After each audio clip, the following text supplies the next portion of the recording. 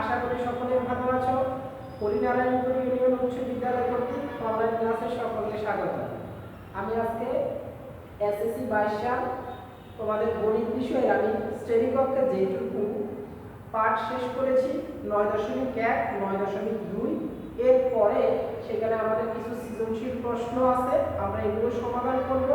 এর বাইরেও আমরা কিছু সৃজনশীল প্রশ্ন সমাধান করব। চলো তাহলে আজকে শুরু করি। একটা প্রশ্ন আমি এখানে লিখে রেখেছি, এ বি সি ত্রিভুজে বি কোণ 90 ডিগ্রি, এবি সমান 5 সেন্টিমিটার, বিসি সমান 12 সেন্টিমিটার। এখন এই উদ্দীপকের আলোকে তিনটা প্রশ্ন। এসি এর দৈর্ঘ্য নির্ণয় করো, সি কোণ থিটা হলে sin theta plus cos theta এর মান নির্ণয় করো, দেখাও যে sec square a plus cosec square a সমান সমান sec square a dot cosec square a। আমরা এই উদ্দীপকের আলোকে এই তিনটা অঙ্ক অর্থাৎ একটা সৃজনশীল প্রশ্ন আজকে সমাধান করব। তাহলে প্রথমে তো যে উদ্দীপকটা দেওয়া আছে একটা ত্রিভুজের কথা বলা আছে, এ বি সি ত্রিভুজ। তাহলে আমরা যদি ক শুরু করতে যাই তাহলে আমরা এখানে লিখব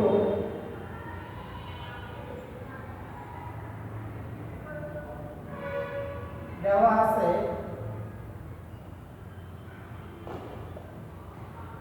ত্রিভুজ A B C A B কোণ 90 ডিগ্রি, এবি সমান 5 সেন্টিমিটার এবং বিসি সমান 12 সেন্টিমিটার। এটুকু আমরা উদ্দীপক থেকে সরাসরি পেয়ে গেলাম। ত্রিভুজ এবিসি এ বি কোণ 90 ডিগ্রি, এবি সমান 5 সেন্টিমিটার, বিসি সমান 12 সেন্টিমিটার। এই উদ্দীপকের আলোকে আমাদেরকে বলেছে পথে এসি এর দৈর্ঘ্য নির্ণয় করতে। তাহলে প্রথমত আমরা এটার জন্য একটা চিত্র অঙ্কন করি।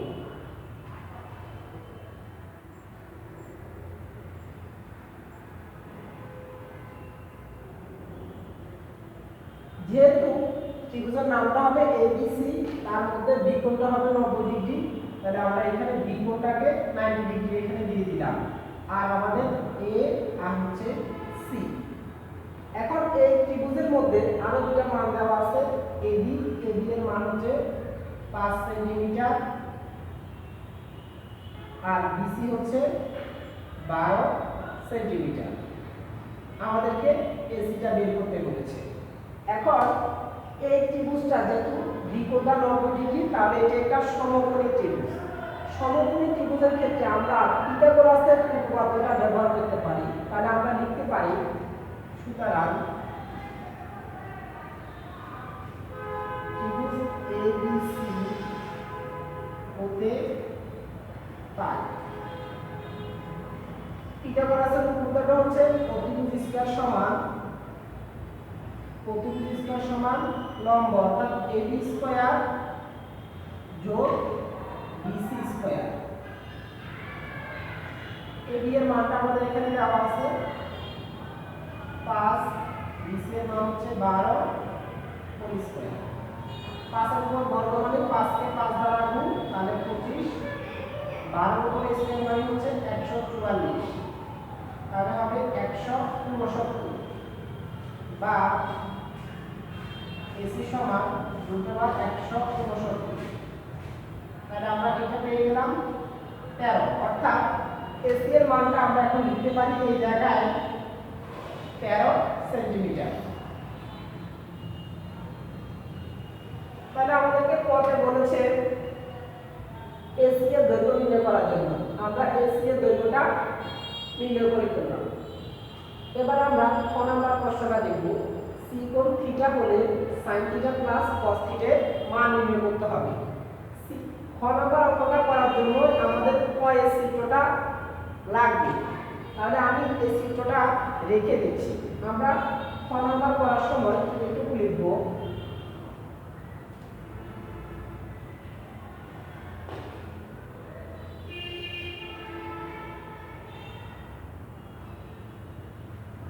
ক হতে পারে। যেহেতু খতে আমাদেরকে সি কোণটা থিটা ধরতে বলেছে, আমরা তাহলে এটা থিটা কোণ ধরতে পারি। তাহলে ক হতে পাই আমরা সেখানে এবিসি ত্রিভুজের জন্য এবিসি ত্রিভুজ এ এবি সমান 5 সেন্টিমিটার, বিসি সমান 12 সেন্টিমিটার, এসি সমান 13 সেন্টিমিটার, এবং এখানে বলেছে সি কোণটা হচ্ছে থিটা কোণ, এটা আমাদের ক্ষয়ের উদ্দীপকে বলা আছে। এইটুকু তথ্য এবং এই চিত্র থেকে আমরা এখন সাইন থিটা আর কস থিটা এই দুইটার মান আমাদেরকে যোগ করে দেখাতে হবে। তাহলে সাইন থিটার মান যদি আমরা বের করতে যাই এই ত্রিভুজের ক্ষেত্রে আমরা জানি সাইন থিটা সমান লম্ব বাই অতিভুজ। এই সমকোণী ত্রিভুজের ক্ষেত্রে এটা অতিভুজ, আমি তোমাদের বোঝার জন্য লিখে রাখতেছি, এটা হচ্ছে ভূমি আর এটা হচ্ছে লম্ব। তাহলে আমরা সাইন থিটা সমান আমরা এই চিত্র থেকে লিখতে পারি লম্ব বাই অতিভুজ। লম্ব হচ্ছে এবি, অতিভুজ হচ্ছে এসি। তাহলে আমরা এখান থেকে মানটা পাচ্ছি হচ্ছে এবি এর মান হচ্ছে 5, এসি এর মান হচ্ছে 13। একইভাবে আমরা cos থিটার মান বের করি ভূমি বাই অতিভুজ। ভূমি হচ্ছে বিসি, অতিভুজ হচ্ছে এসি। বিসি এর মান হচ্ছে 12, এসি এর মান হচ্ছে 13। আমরা দুইটা আলাদা sin থিটা এবং cos থিটার মান বের করে নিয়েছি। কেন বের করেছি? কারণ আমাদের উদ্দীপকের যে প্রশ্নটুকু আছে এখানে sin থিটার সাথে cos থিটাটাকে যোগ করতে বলেছে। যদি এখানে sin থিটা এবং cos থিটার জায়গায় অন্য কোনো ত্রিকোণমিতিক অনুপাত দেয় আমরা এই চিত্র থেকে বের করতে পারবো, কারণ এখানে আমাদের তিনটা বাহুর মান আমাদের এখন জানা আছে। এখানে মাত্র দুটো দিয়ে দিয়েছে, অন্য যে কোনো ত্রিকোণমিতিক অনুপাত দিলেও এই অঙ্কটা এখানে আমরা করতে পারবো। এখন এই sin থিটা এবং cos থিটা এই দুটো মানকে যোগ করে দেখাতে হবে।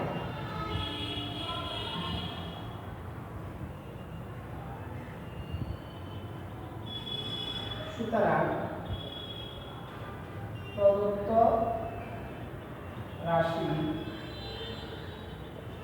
sin theta plus cos theta, sin থিটার মান হচ্ছে আমাদের 5/30, cos থিটার মান হচ্ছে 1/30।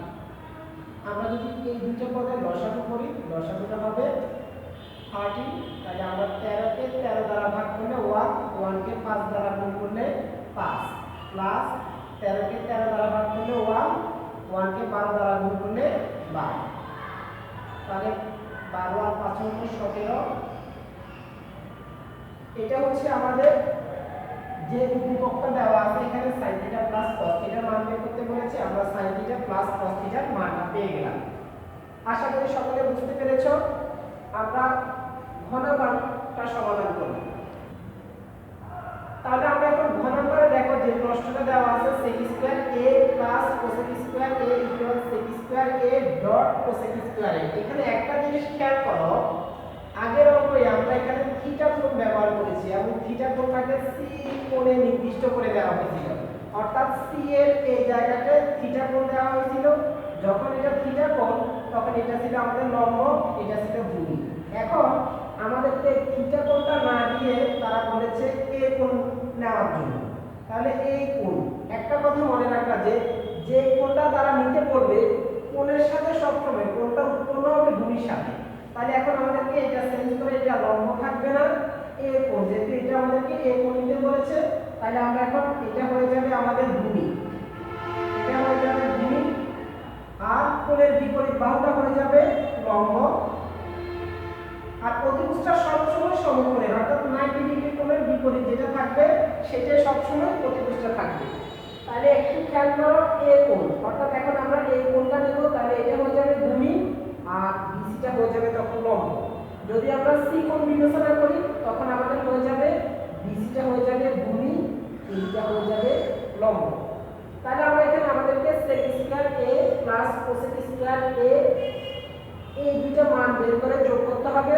তারপরে এই দুইটা মানের আলাদা গুণফল নিলেও যদি আমরা গুণফল সমান পাই তাহলে আমাদের অঙ্কটা শেষ হয়ে যাবে। আমরা ঘর করার জন্য আমরা হয় প্রিয় শিক্ষার্থী, তাহলে আমরা এখন ঘ নম্বরে দেখো আমাদেরকে বলেছে sec square a plus cosec square a সমান সমান sec square a dot cosec square a, এইটুকু প্রমাণ করতে হবে। তাহলে আমাদের চিত্রটা অঙ্কন করা আছে যেটা ABC ত্রিভুজের জন্য ছিল। এখানে একটা বিষয় লক্ষ্য করে দেখো, এখানে a কোণের কথা বলেছে। তাহলে আমরা যেটা কোণ হবে, কোণের সাথে যে বাহুটা সেটা হবে ভূমি, আর কোণের বিপরীত বাহু যেটা থাকবে সেটা হবে লম্ব। তাহলে আমাদের এখানে এখন BCটা হচ্ছে লম্ব, ABটা হচ্ছে ভূমি, আর সব সময় 90 ডিগ্রি কোণের বিপরীত যে বাহুটা থাকবে সেটা হবে অতিভুজ। তাহলে আমরা যদি এখানে সেকের জন্য আর কোসেকের জন্য মানটা বের করি তাহলে আমরা বাম পাশ আর ডান পাশে মানগুলো বসালে আমরা হিসাব করতে পারবো। এখন দেখো সেক সমান হচ্ছে অতিভুজ বাই লম্ব, অতিভুজ বাই ভূমি, সেক সমান অতিভুজ বাই ভূমি, আর কোসেক সমান হচ্ছে অতিভুজ বাই লম্ব। তাহলে আমরা এই চিত্র থেকে অতিভুজ বাই ভূমি আর অতিভুজ বাই লম্ব, সেক আর কোসেক, এই দুইটা মান আমরা সরাসরি বাম পাশে বসাই দিতে পারি। তাহলে আমরা বাম পক্ষ শুরু করি, sec square a plus cosec square a। তাহলে আমরা দেখো sec সমান কি নিব এই চিত্র থেকে অতিভুজ বাই ভূমি। তাহলে এই চিত্রে অতিভুজ হচ্ছে আমাদের AC আর ভূমি হচ্ছে AB, তার উপরে হোল স্কয়ার আছে, আমরা সেজন্য হোল স্কয়ার ব্যবহার করব। কোসেকের জন্য আমরা কি ব্যবহার করব, অতিভুজ বাই লম্ব, অতিভুজ হচ্ছে AC আর এই চিত্রে লম্বটা এখন হচ্ছে যেহেতু a কোণ আমরা ব্যবহার করতেছি তাহলে লম্ব হচ্ছে আমাদের BC। তাহলে আমরা এটার জন্য হোল স্কয়ার ব্যবহার করব। AC এর মানটা হচ্ছে 13 আর AB এর মান হচ্ছে 5। AC এর মান হচ্ছে 13, BC এর মান হচ্ছে 12। 13 এর উপরে স্কয়ার মানে হচ্ছে 13 কে 13 দ্বারা গুণ, তাহলে 169। 5 এর উপর স্কয়ার মানে হচ্ছে 5 কে 5 দ্বারা গুণ 25। ঠিক এখানে আছে 169, 12 এর উপর স্কয়ার মানে 12 কে 12 দ্বারা গুণ 144। 25 এবং 144 এই দুইটা সংখ্যার লসাগু হচ্ছে 3600।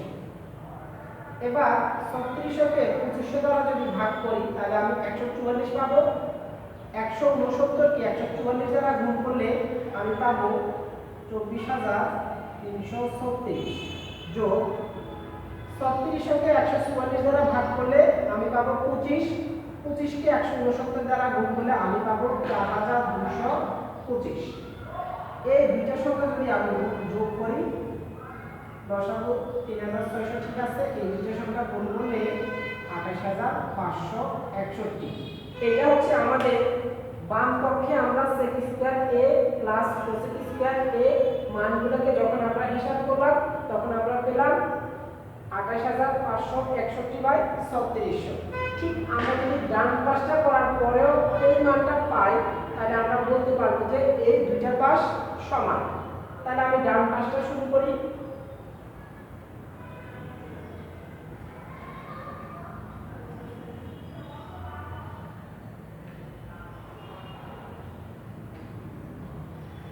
ডান পাশে আমাদের ছিল sec square a dot cosec square a। তাহলে ঠিক আমরা আগের মতই sec স্কয়ারের জন্য সেকের জন্য আমরা কি পাবো, অতিভুজ বাই ভূমি। অতিভুজ হচ্ছে আমাদের AC আর ভূমি হচ্ছে AB। হোল স্কয়ার ডট কোসেকের জন্য হচ্ছে আমাদের অতিভুজ বাই লম্ব, তাহলে অতিভুজ হচ্ছে AC, লম্ব হচ্ছে BC। অতিভুজের মান হচ্ছে আমাদের 13 আর ভূমির মান হচ্ছে 5। এখানে ডট গুণন আর ক্রস গুণন যেটাই ব্যবহার করি কোনো অসুবিধা নাই।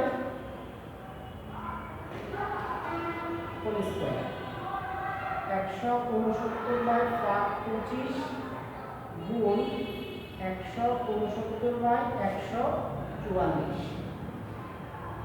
25কে 144 দ্বারা এখন পাশাপাশি গুণ লবের সাথে ভূমির সাথে প্রতি উপরে যেটা আছে লবের সাথে লব 169কে 169 দ্বারা গুণ করলে 28561 আর 25কে যদি 144 দ্বারা গুণ করি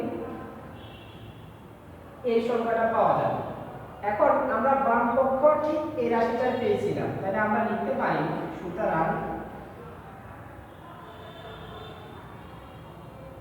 বাম পক্ষ সমান ডান পক্ষ। যেহেতু আমাদেরকে দেখাতে বলেছে তাহলে আমরা এখানে শুধু ব্যবহার করতে পারি।